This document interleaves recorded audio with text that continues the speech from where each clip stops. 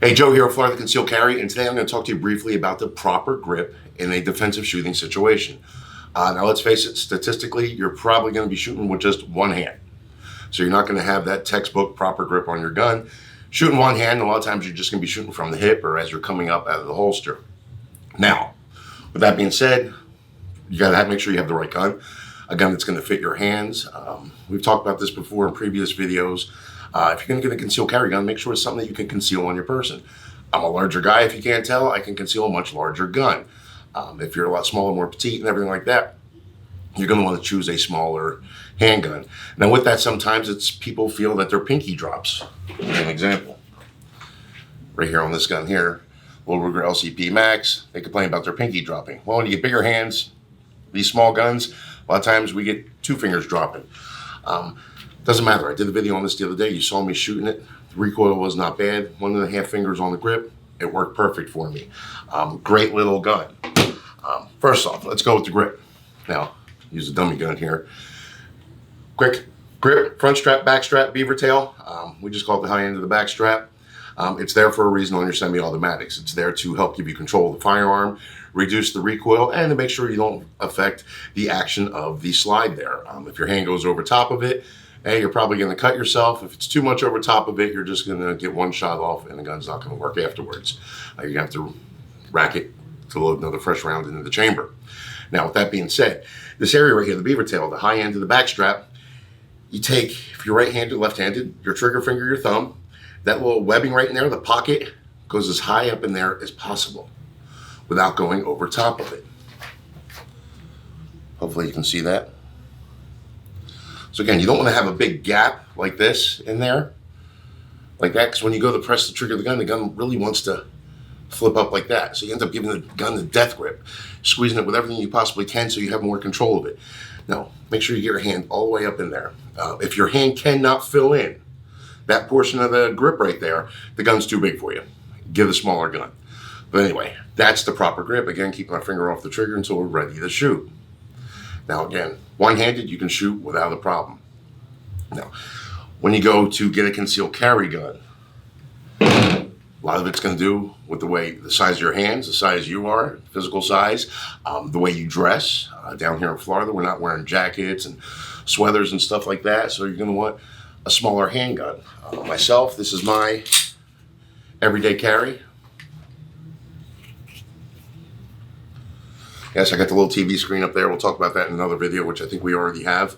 But it fits my hands, to me, perfect for a concealed carry gun. Kind of standing in an odd situation, odd position here. So that's perfect for me. I got a lot of control of the gun. I can easily conceal this gun, again, because I'm larger. But that's it. But folks, I carry this one too. I just picked this up the other day, that Ruger LCP Max again. Again, if I'm in a situation where that gun's going to be too big, not that I'm wearing really tight clothes, or I just need something a little bit more convenient, this is it right here. Is my finger going to drop off? Most likely. Do I care? No, it's a self-defense situation. We get too many people coming, well, that gun's just uncomfortable for me. I had to get a large one because my finger was dropping off. Folks, again, down here, most of the time we're carrying in the waistband. This is the part sticking out, the grip. So we're going to try to keep that as short as possible. So if you can deal with it, deal with the one finger dropping. It's going to work. We have so many people that come in, they buy their guns, and then they don't carry it, or they stop carrying it because it just came too cumbersome to carry. It was too large. It wouldn't go with the outfit they were wearing that day, whatever it's going to be. So what you need to do is make sure you have the proper grip first, and you know how to grip your gun. Then go out and choose a gun. Put them in your hands. Amount of difference in recoil. Is there a difference from a gun this size to this size? Yes. Size does matter in this situation. And nothing to do with the caliber, it's the physical size of the gun and the weight of the gun. All metal guns, my CZs, my SIGs and all that, they're heavy. There's no recoil on those things. When you get to the smaller guns, you're going to feel it, but it's not bad. It's not going to knock you over like you see in some of these other videos here on YouTube. Like I tell everybody in class, get the hell off YouTube. Even though you're probably watching this now on YouTube, but get the hell off YouTube. Go put a gun in your hand. Learn the correct way of doing it. Go to the proper place. Get the proper training if you don't know already. on how to grip your gun, how to use it properly. Again, why waste tons of money going out and buy a gun that you think is going to work for you, but doesn't? Consult with true firearm experts in this situation. Find the proper gun that fits your hands. It's like buying a pair of shoes or anything like that. You got to find a pair that fits your feet. It's got to be comfortable to you. So make sure you find a gun that's comfortable to you.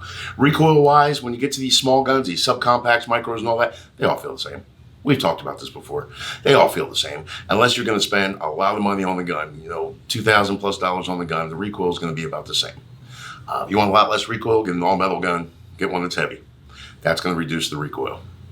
So am I worried about my finger falling off the bottom of the grip? No, I can still control the gun easily. Why? I have the proper grip. Even that one finger can control that gun. It's all about leverage. Stuff we learned in elementary school. That's all this is. It's simple. Don't overcomplicate it. Do you need to spend $3,000 on the gun? No, you can get a great gun for $300 and some.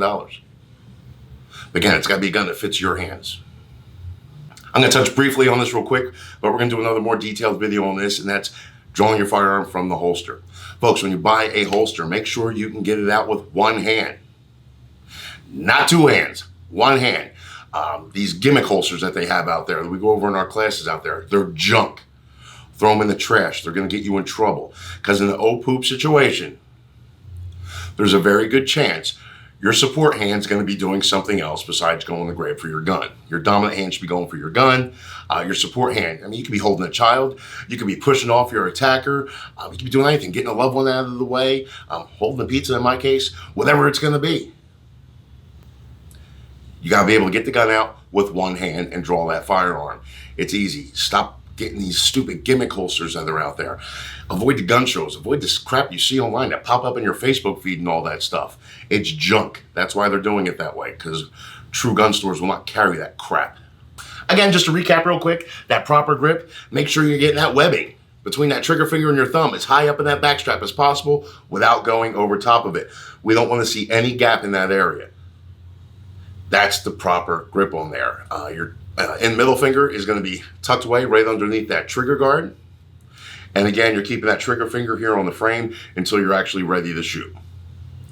Folks, have a great day. If you have any questions, give us a call, write us, email us, message us, whatever you want to do. Stop in and see us. Take a class. I guarantee you'll learn something. Folks, have a great day.